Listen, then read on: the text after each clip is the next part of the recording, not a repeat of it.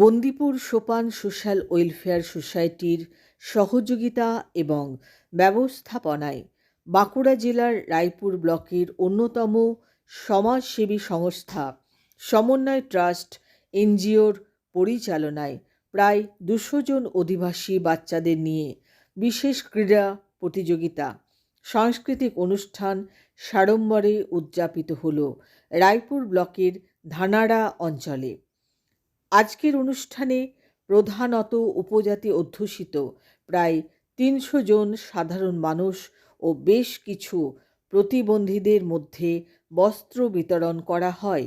উপস্থিত সকলকে কলকাতার বিখ্যাত ডাক্তারবাবুরা বিনামূল্যে স্বাস্থ্য পরীক্ষা করেন এবং বিনামূল্যে মেডিসিন প্রদান করেন। সাংস্কৃতিক অনুষ্ঠানের মধ্যে অন্যতম ছিল আদিবাসী নৃত্য। এছাড়াও আজকের মহামিলন উৎসবে প্রায় 550 জনের মধ্যাহ্ন ভোজনের ব্যবস্থা ছিল।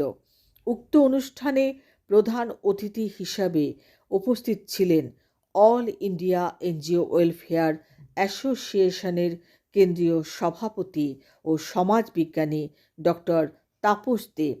বিশেষ অতিথি হিসেবে উপস্থিত ছিলেন ইউপিএসসিতে 7ম স্থানাধিকারী পার্থকরণ, রায়পুর ইস্কন মন্দিরের মহারাজ, গড় রায়পুর হাই স্কুলের প্রধান শিক্ষক মধুসূদন মণ্ডল, বিশিষ্ট সমাজসেবী, শিক্ষক ও সমন্বয় ট্রাস্টের কর্ণধার হেমন্তকরণ, বিশিষ্ট শিক্ষক ও সাহিত্যিক Prashanta Sannigrahi, national chamber for cottage and small ইন্ডাস্ট্রির অন্যতম পঙ্কজ কুমার মালো, মানব বিকাশ আশ্রমের সম্পাদক ইন্দ্রজিৎ গাইন, গায়ক ও সুরকার জয় বাবু, national council of education and ট্রেনিংয়ের কার্যকরী সভাপতি অমিত রঞ্জন চট্টোপাধ্যায় প্রমুখ।